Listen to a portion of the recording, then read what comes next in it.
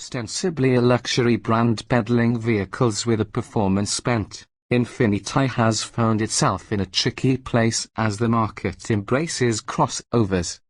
Its first such effort, the Toro FX, now dubbed QX60, was brazen, brawny, and butch, and very much in sync with the brand's stated values. But when time came for Infiniti to offer something with 3 rows, beyond the truckish body on frame QX80, that is, it erred on the side of cushiness with the soft, creamy, and benign QX60, which launched as the JX for 2013.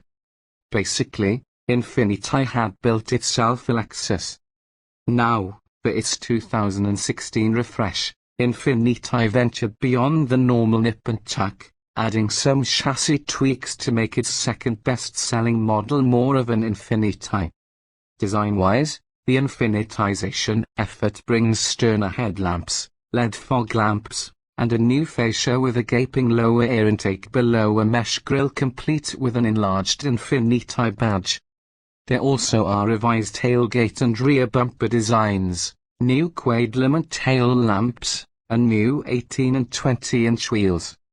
The interior changes are more subtle, although a welcome infusion of padded and stitched dash and door materials bring it at least up to par for the segment, if not to the top. The 2016 QX60 also gets a trio of new USB ports and a new shifter design, the latter soon to make its way across the Infiniti lineup. Both of the QX60 powertrains carry over, including the 268 horsepower 3.5-litre V6 and continuously variable transmission CVT combo that proved capable of urging a four-wheel drive version to 60 miles per hour in 7.8 seconds. Unfortunately, the engine still sounds coarse under full throttle, and the noise is hard to ignore, as the CVT elevates engine RPM in such situations. The smoother and quieter, 250 horsepower 4-cylinder hybrid powertrain is still available, but with cheap gas, it has become so unpopular that it's available only to those who bother with placing a special order. In response to what Infiniti attributes to media and customer feedback, and to sync up with the brand's performance orientation, the chassis changes are aimed at giving the QX60 a more connected feel. These include a quicker steering gear for crisper response, new dampers, and revised spring rates. On the road, we observed that the steering indeed responds quite directly, and some road texture is transmitted through the wheel, certainly a welcome change from before.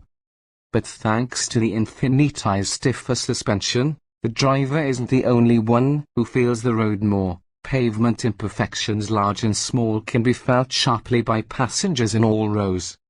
The firmer ride quality would be considered an improvement if it helped make the QX60 feel truly athletic, but it doesn't. It still rolls noticeably in corners, and it can't mask its hefty curb weight. For what it's worth, the QX60 does feel less like a Lexus and more like an Infiniti, so in that regard, the update is a success.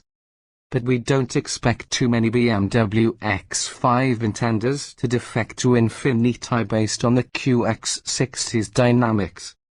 One can make a case for the QX60 next to the X5 or the Audi Q7 when price is factored in. The QX60's starting figure of $43,595, $45,395 for the four-wheel drive model is many thousands of dollars less, with popularly equipped models landing between $50,000 and $55,000.